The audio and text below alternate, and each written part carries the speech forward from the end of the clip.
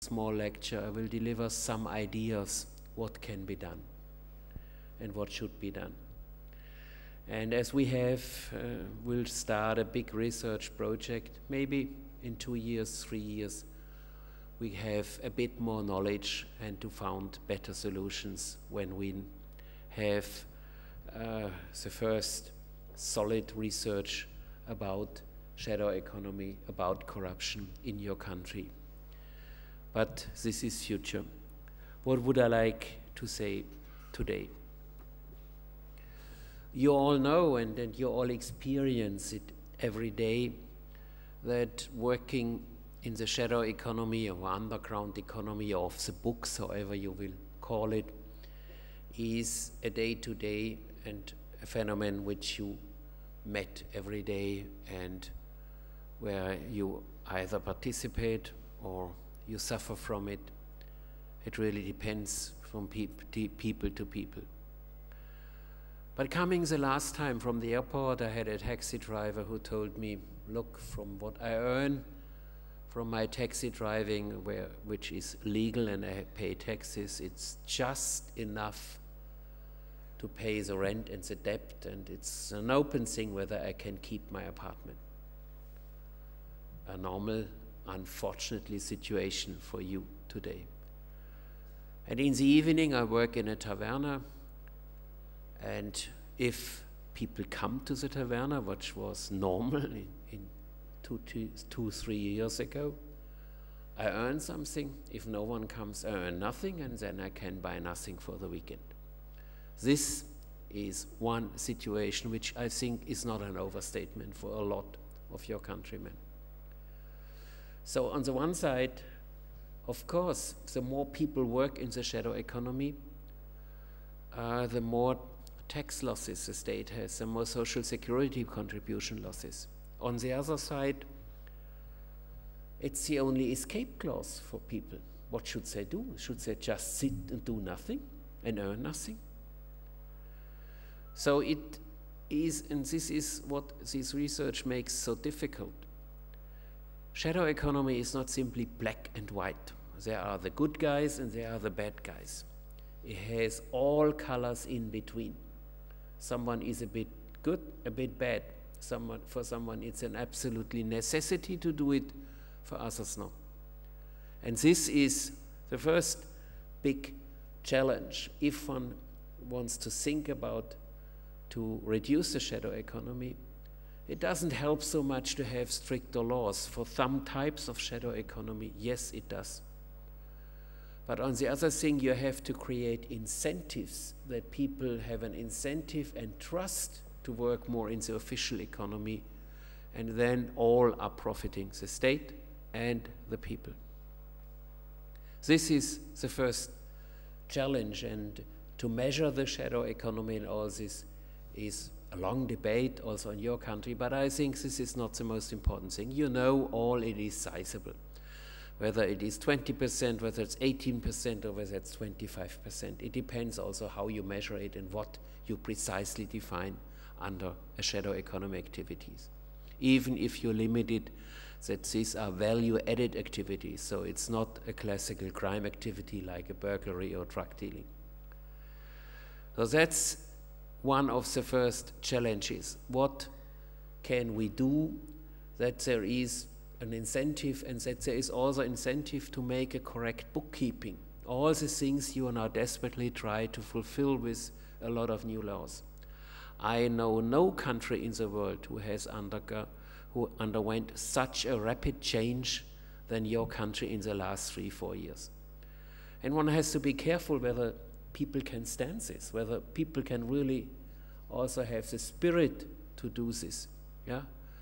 And this is the problem with the second big problem you have, and that is corruption. Corruption is a phenomenon of day-to-day life in Greece. Corruption is all over Europe, maybe the least in the Scandinavian countries. I lived for 3 years in Aarhus, yeah? And there it might be really a minor problem. But corruption is a big problem in the moment in Austria. We have several investigation committees from the parliament, and the average Austrian was really looking, oh, what is going on here? So it's not a thing which is only in your country. Yeah, it is a phenomenon which happens all over.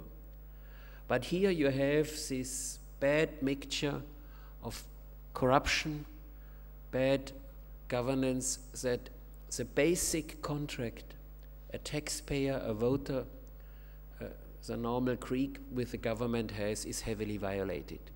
He doesn't think he gets what he pays on taxes back in good services and goods from the public sector.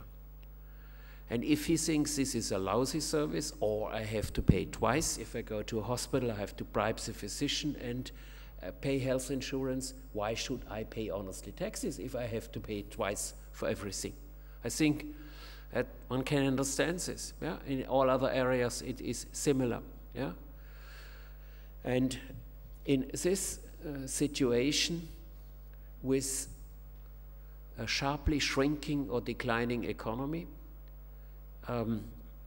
this situation can only be overcome if a nationwide effort will be undertaken to tackle these difficult problems. With this, I mean, and this is maybe the only accusation I make, that the political elite of this country should really stop fighting, should stick together and solve the problem. If they don't do this, then there is a danger for your country. Yeah? I'm not saying we should abolish democracy, by no means. But this country undergoes an extraordinary difficult situation, and in this situation, an all-party government in some aspects is really needed. If this is not the case, then we will have more difficulties. And I mean, to go a step further, the normal average man and Greek woman should have the feeling that all, underline all, make a fair share of burden to solve the crisis of this problem. Yeah? And if this is not done, if a part can escape, if a part can go away not doing anything, then it hits back to the other one, and they say, why should I have these cuts in my pension? Why should I have these cuts in my income if we have a lot of people who are not hit by this? So this is the next point. It has to be brought some justice, and that the normal citizen has a feeling of being just, in a just way treated. I'm not saying this as a political scientist, I'm saying this as an economist, and in economics, and especially in the tax evasion literature, in the literature of corruption, this happens. Soft factors are becoming more and more important. We can show that if people have a lousy tax morale, if people then say don't pay taxes, and you don't have a policeman to stand behind every Greek to supervise him, it would also be foolish to do this. Yeah? He must have an intrinsic motivation to say, okay, I get something from this day, I have to pay something. And this recommends, and this has also the consequence that this type of corruption and bad governance has really to be solved. Now, what can one do about this? Yeah, and you think, okay, these are nice words, this professor from Austria is telling us, but what can one really do? Because we now we need recommendation, and what is now really needed.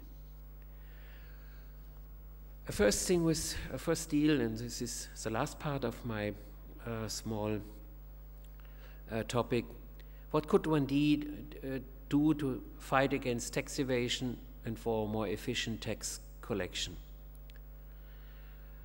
There is the delicate, underlying delicate issue of a tax amnesty, or to have a tax agreement like Germany and Austria have it with Switzerland, for example. Yeah? This is very tricky because you avoid bad behavior. You bring out your money to a country, and later on you say, okay, if you give me 20% back, that's it. No punishment, nothing. Yeah? That is a tax treatment we have just signed between Austria and things. Said a certain rate of this illegal money, which was brought outside the country, has to be paid. That you can do only every 20, 30 years. Elsewhere you will have strategic behavior. People think, oh, I'm not a foolish, why should I pay my taxes? I bring it outside, and after 20 years we will have a reform. So one has to be very careful with this, yeah? But in an extraordinary, difficult situation you have now, it might be one very good way to bring in some tax revenues which are utterly needed in your country. So the first thing would also think here about a tax amnesty. The next thing is, it is utterly wrong to cut all jobs in the whole public sector. You need excellent tax inspectors. Now you have the chance to get the best from the universities. You have to employ them. And if you need 2,000 or 3,000 more, you should employ 2,000 or 3,000 more with the equipment that they can work and can do their job. Yeah? They have, and I would even give them a monetary incentive scheme that they get awarded if they do a good job. Get awarded for their office, for their unit, and so that there is an incentive for them to do a good job. And the tax inspector who has done this for 10 years, it's in Austria and Germany, it's the same, they know where are the black sheeps. They have a good feeling what to do and what not to do. Yeah? This is his personal experience. If you do it for 10, 12 years, you know where you can get out some things. That would be my second measure. A third measure is, which is very successfully done in the US, and when I was at the Carnegie Mellon University in Pennsylvania, I was involved in this. You bring back unsecurity to possible tax evaders. This has also been done with these diskettes in Germany from Switzerland. Yeah? The biggest effect of these diskettes were not the name on the diskette, but was that in my home state, Baden-Württemberg, and in Bavaria, a lot of rich people who have evaded taxes thought, am I or am I not on this diskette? Now there are two options. If I'm on the diskette and if I don't make a self-declaration, I will get severe punishment and it will stand in the newspapers, not so nice, yeah, as a well-behaved citizen, member of a Rotary Club, etc., that all of a sudden he has evaded taxes. Yeah? So this unsecurity brought Bavaria and Baden-Württemberg, two Länder of Germany, roughly 3 billion euro on additional tax revenues, because a lot of people made self-declarations and nothing happens. It's also very tricky, again, as I said, with the tax, is a type of a tax amnesty. Now what you could do, and what is successfully done in the United States, if from the tax office you have a suspicion that someone is evading taxes, but now being very economically, you have limited resources. Let's say you have only 10 tax inspectors and you should expect 500. So you can't do it in a reasonable time. You write them a letter, say we have a suspicion that you have evaded taxes. You have two options. And let's say he has evaded 100,000 euros. You pay 25,000 euros, nothing will happen. Or, if you are honest, you might get inspected, and if we find nothing, fine. If we find something, it costs you double or 3 times. Yeah? So again, now you have the incentive brought back to the evader. What should he do? If he has evaded, he has to make a probability calculation. How likely is that they find out that I have evaded tax money? How likely is this? He can calculate an expected mean, and if this is higher, then he will pay. For the tax office, it has the advantage that with limited resources, and that is certainly the case in your country too, it gets in additional money. Maybe not enough, similar like a tax amnesty, but at least some. That is a third measure. A fourth measure, which is partly done in your country, if you get awarded for official activities, like collecting bills, or you can tax deduct certain innovations or renovations in your house, which is done quite successfully in Germany, you have to have a bill. To falsify a bill, that is much more difficult, and you can get punished more severely. So you have to have a bill, and if you have to have a bill, it's done in the official economy. So that would be a fourth measure, and a fifth measure is that especially small business, young business, have the problems that they have to keep all the records, etc. Why not make them here a flat rate or fixed amount of taxes up to a certain turnover, let's say 50,000, you just pay a certain sum, full stop. And only controlled with a random lottery is whether you this 50,000 turnover is the total turnover or not. Again, you save a lot of resources to go after the big tax evaders. What can we do about corruption? Corruption is quite difficult, and it's more difficult to fight. What works very successfully in Scandinavian countries is that firms who bribe or take bribes or bribe will be banned from public contracting for 3 to 5 years. Now again, it's an incentive-orientated measure. A firm thinks, I can bribe to get this contract, I make a nice profit, but if there is a whistleblower or if something comes up, and it comes out, I will be out for 5 years of the business. Now, on average, the loss is bigger to be out for 4 or 5 years of the business from public contracting than get this extra profit. Yeah? So if this is rigorously done, this is important, no exemption, nothing. Yeah? If this is rigorously done, the calculus of the firm to make a bribe is a completely different one. Next thing is that one should much more support whistleblowers, and that they are protected. And again, you have here the tricky thing. Quite often a whistleblower is also guilting something. We had a bribery scandal in Austria and Germany about railroad lines, where one firm said, okay, I say I did it myself, but all others did it, and etc., etc. Yeah. So again, here is a tricky thing, yeah, because someone gets awarded for a thing where normally is punished. It's not as easy as one thinks, but it would help, and then it would bring in more unsecurity of those who take bribes. And the last one is, which is also done in Scandinavia. Okay, normally if we have these bribery scandals, people are dismissed from the public office, and if it's a severe bribery scandal. Rarely they lose their pension rights. If they would know they would lose their pension rights and only get the minimum pension, then a lot of money is at stake. Yeah?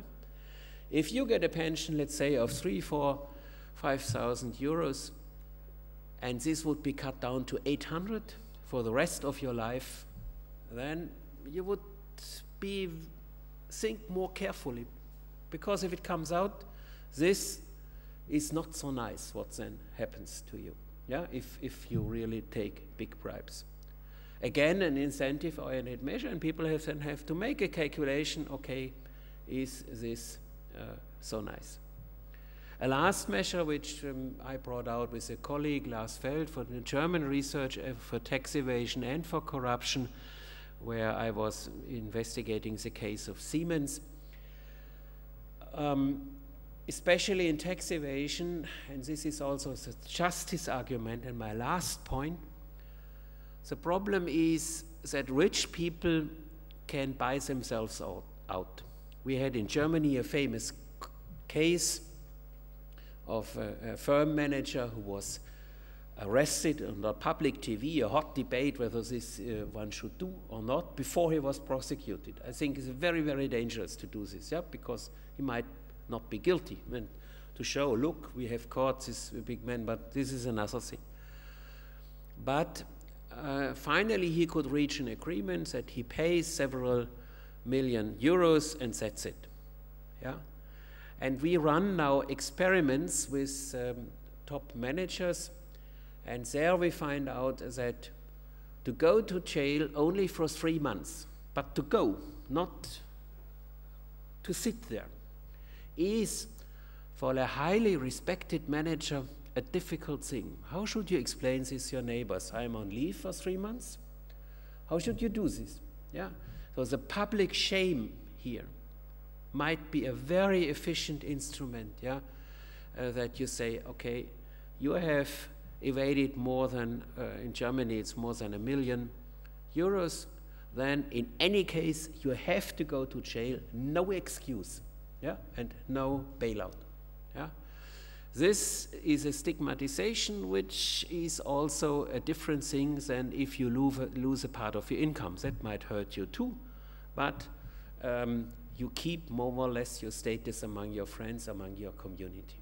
So that might be another thing. So you see, one can do a lot, and you can see that it is not that we will try to find out what mechanisms with these research projects. Luckily, my colleague Vincenzini has got similar things where we do the research, why people work in the shadow economy, why people have a certain type of behavior. So I really want to show you there is hope, and I think that would be my last sentence. There's also hope for your country. I have made not myself a lot of friends saying it is absolute nonsense to save this country to death, to have budget cuts, tax increases, and every year less public revenue, because a shrinking economy, with a shrinking economy you can't solve a budget. That is as if you would say 2 times 2 is 6. Using math, it's still 4, yeah? So, but there is a lot of debate, and a very ugly debate in Germany, especially about this, that one should say this. And if I tell them, what would you do if you would lose 40% of your income after taxes? It's not so nice, yeah? This really hurts, yeah? I don't have to tell you this, yeah? They look at me, that's not true, this is true, go to this country. So that is my idea why I think with the help of Eurobonds, Greek should get help to build up your infrastructure. Look at your harbor. It should be modernized. You have a strategic good situation in this town to become a booming town in the service sector in this area, because in the north there is a lot. So that is a classical public infrastructure measure where the European Investment Bank and others could help and do something. And if the first 1,000 would be additionally employed here, you bring back, and this is my last remark, you have to bring back hope to this country, hope, and this would be one measure that you really can grow again and be more competitive. But it is at the same time necessary to make your internal domestic reforms, and this can only be done by you and your politicians. And that is my last word, and I hope that you will succeed. As I said, I love your country. I really think you have a great tradition, and I think it is an European utterly wrong to say just kick them out, like a lot of my country, German and Austrians are saying this. This is utterly wrong. The cost would be the highest, and it would be a shame for Europe if we would do this. Thank you very much.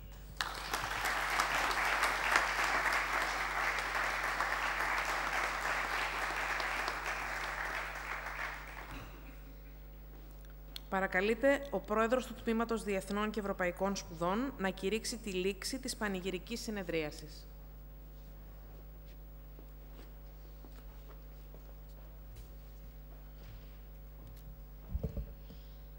Ως πρόεδρος του Τμήματος Διεθνών και Ευρωπαϊκών Σπουδών κηρύσω περατωμένη τη δημόσια συνεδρίαση του τμήματός μας, που είχε μοναδικό θέμα την αναγόρευση του καθηγητού κυρίου Friedrich-Schneider σε επίτιμο διδάκτορα. Άξιος και πάλι, ευχαριστώ όλους εσάς που παραβρεθήκατε στην τελετή αναγορεύσεως του κυρίου καθηγητού. Ευχαριστώ πολύ.